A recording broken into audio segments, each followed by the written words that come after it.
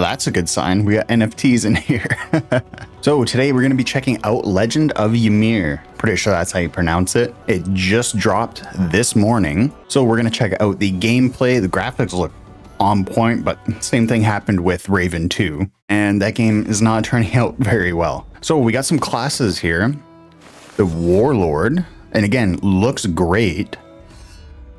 We also have an Archer. A little bit laggy. Looks good.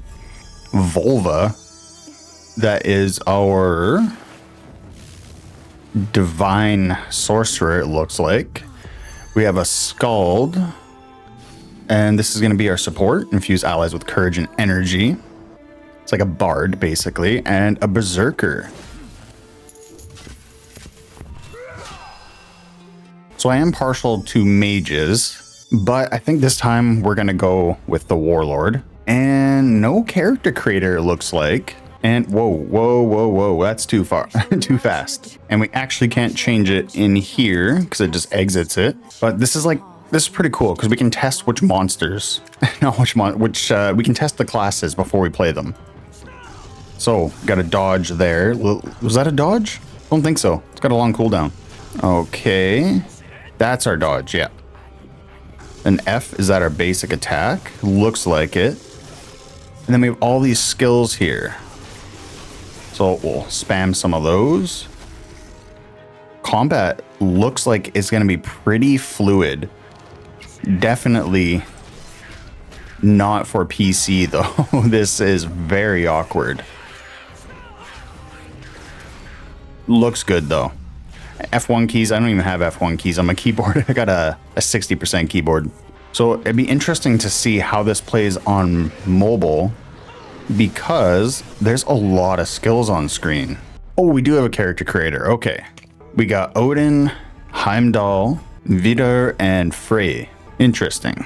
And we do have a power rating, which is nice. I missed that in Raven 2. But this game looks like it's going to be a lot better than Raven 2, let's be honest. So my fans are kicking in overdrive. I am playing on PC, obviously, but we get to see what this game really looks like because it's probably going to be downgraded to some degree on mobile. Okay, so first impressions, looks nice. Looks way more like an MMO than Raven 2 did. We do have auto navigate if you click on the objective. So I saw a lot of people in chat complaining that you couldn't minimize this game or like use the small player or like the split screen player on Android. I don't know if iOS has that. On Android, we can have two apps open side by side on our phones. So it kind of lets us play in the background as we watch YouTube or something like that. So we might be able to do that with this game. I actually don't see any settings though. This is just for your potion belt, your skills, and autoplay. So it does have full auto. I'm assuming you're going to be using that a lot more on mobile. On PC, you're probably going to want a manual play just so it doesn't feel like a mobile port of a game. Because it doesn't look like a mobile port, right? It looks like an actual MMO. And then once we get a bunch of skills that we can cycle, it's probably going to play more like an actual MMO as well. Got low performance mode. Kind of cleared everything up quite a bit. But back on, yeah, this is way better. Oh, here's our settings. Click here and it's down at the bottom. We do have some offline mode as well, so you can grind offline. Probably grind for loot or just XP. I don't see any sensitivity settings for the camera though, which is really odd because it is super sensitive. So you're just gonna have to change your mouse DPI or sensitivity, I guess, unless I'm just blind and don't see it in there. But yeah, this game looks good. Not just the cinematics either. Like this is pretty good. It's got the usual like hair clipping through fabric and like the little jitteriness of like fine details. You can see it around the edges. I wonder if it's got DLSS turned on automatically or not. But that is that like an Unreal Engine thing? Because Black Desert had that really bad as well. So let's check out what skills we got available. Looks like we unlock a lot and they're just level gated. So we don't got to go running around trying to find and make skill books like in Raven 2. Got Raging Wave, Double Slash, Burst Impact. Yeah, a lot of skills there. You can see them for every class as well, which is kind of odd. but then I can make a class video and I don't gotta make a bunch of different accounts. So that's good. Got all our passives here and potential and a deck. What is this for? Oh, it's kind of like a collection thing, I guess. You see mana to physical damage. We'd have different buffs from them. And what do we get in the mail? Food bundle, Desir upgrade material, middle scroll of luck, increases item drop, and some silver, hunting XP, enchantment stones. There's some gear here. Can be used from level 25.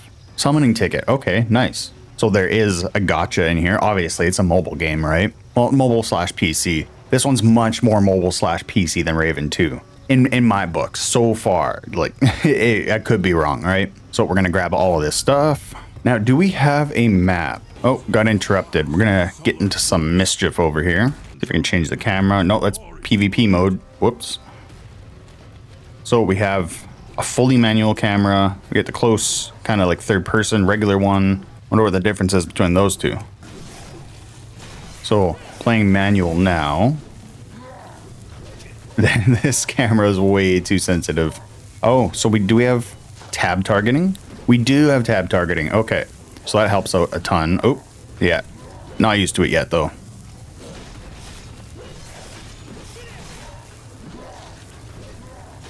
So I think I might want to play as the mage actually, just based on how this feels. I do got to change some settings. The camera is very wonky for me, and I got to get used to clicking on the enemy before I start fighting him. Also, your inventory looks pretty clean. I like this. Although the equipped items are still in your inventory. Don't quite like that, but it's organized very well. Oh, we did a bit of a fatality there. Okay. Camera's a little bit close. Yeah, it looks nice. Plays, I think it's only janky because of the camera sensitivity for me. So I'll have to play around with that before I go any further. Do you have a guide here? Teaches you all the basics. Got some new equipment there. So yeah, I think this gives you a good idea of whether you want to play this game or not yet. I'm going to keep playing and see how it opens up further on. What the monetization's like, because you got to get to, what is it, level 11. A lot of this stuff is locked. So it starts opening up at 15. Main quest locked. Main quest locked. So I'll have to play until all this opens up. And then I'll come back probably with another video to do like beginner guides, character class guides, stuff like that. So let me know if you guys are going to be playing this game and what you think about it so far. And I'll catch you guys next time. See ya.